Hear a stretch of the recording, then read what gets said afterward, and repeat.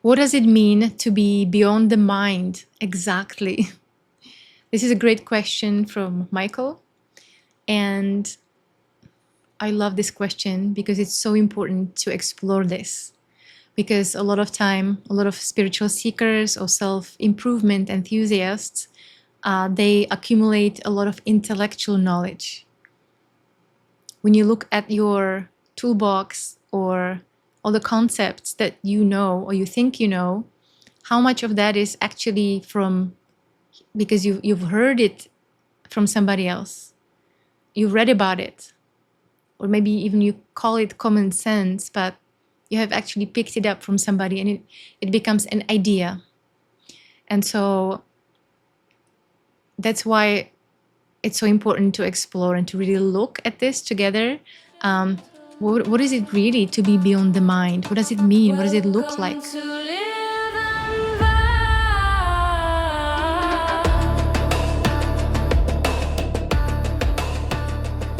And my name is Liv Kissper. I am a best-selling author and transformational coach in the field of non-duality, and with a former background in transpersonal psychology and consciousness studies. And I work with spiritual seekers who are exhausted from the search, as well as self-improvement enthusiasts who have been on this healing journey or spiritual journey for a while, and they still feel stuck, or there's still the sense of something missing there. And yeah, we talk about the mind, and it's just such an abstract concept. So we're just going to look at the most simplest answer in here. Like, it's just so simple, because the mind always makes everything complex. In fact, the truth is always the simplest answer to pretty much anything. But the mind wouldn't believe the truth. So it turns it into an idea, something complex, because it feels boosted by it. It feels like it's doing something important. It feels like it knows so much, it thrives.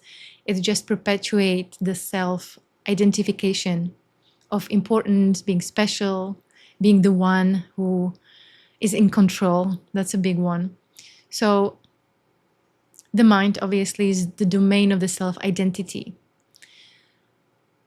The mind is an abstract concept, but when you really look, it's basically a bunch of images and thoughts that are constantly telling stories.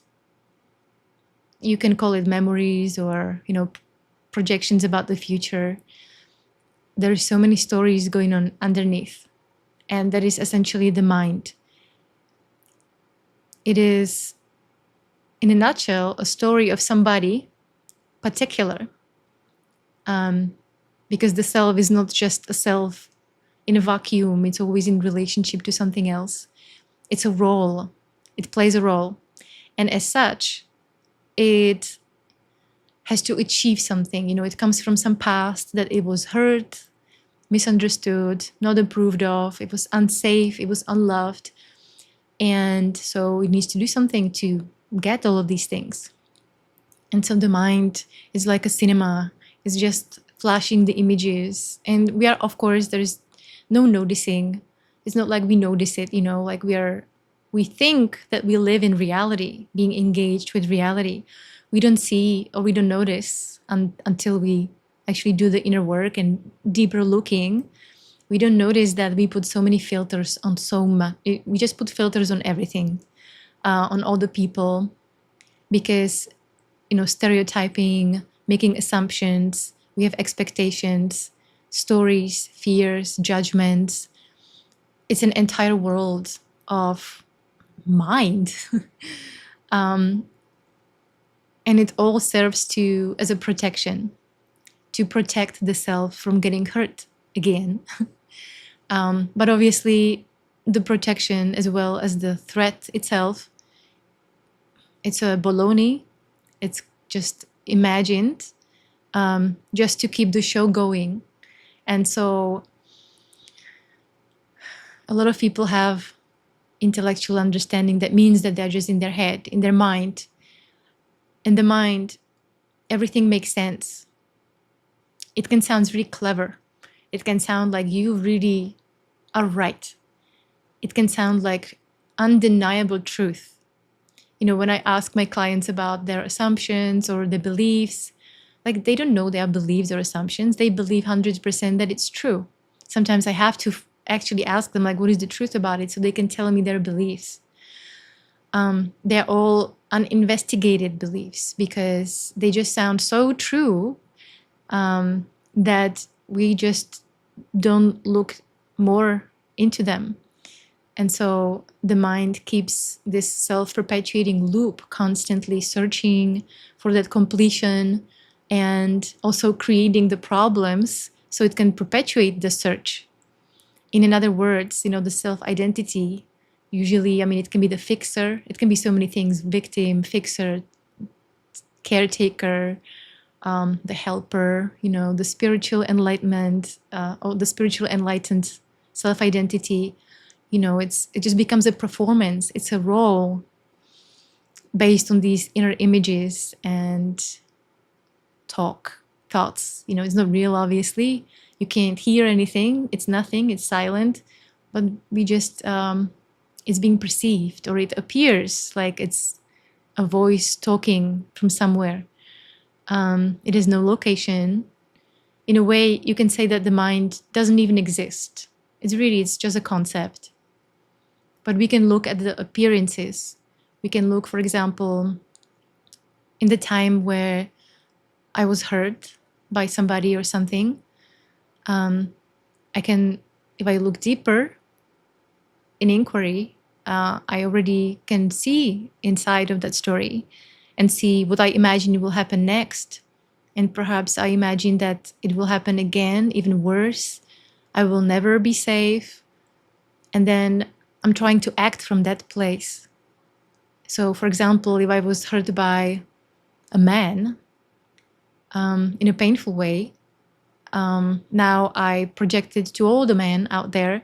So I cannot look at a man as what he really is. I will always look at him through that filter, through the mind. Completely unconsciously, I can't help it. I will treat him in a way that comes from that pain from the past. And I will also treat myself from that pain from the past until the whole story collapses. So, yeah, the mind is a cinema, bunch of pictures and stories and voices and nothing else. And so the mind, you know, the illusion is so powerful that there is that identification with the mind. So we think we are the mind. We think we are the character in the movie. We think we are the person within that story. But that's not who you are. You are what's left when you jump out completely out of those stories. You are that seeing.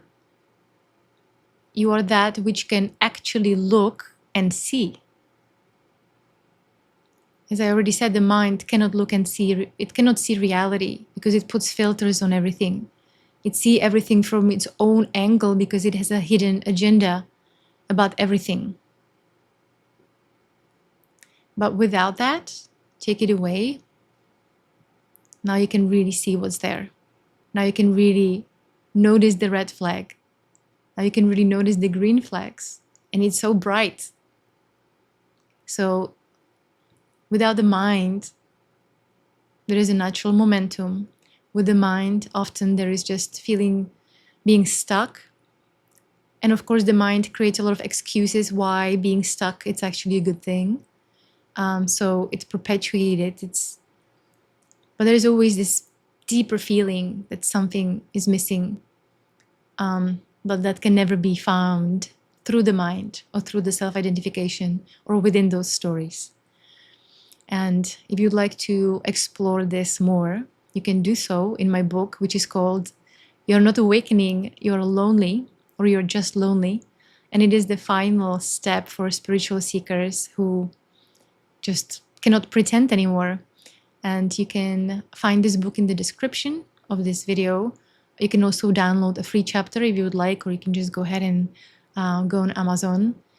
And it's basically mostly for those people who are tired of this search for completion and really would like to see what is possible and available without the mind, which is already your true nature, which is already your birthright. But it's not found in that searching journey. So thank you so much for watching. If you do have any questions, then you can just post it here in the comments below. Or you can just send me a message through my website, which is also somewhere in the description.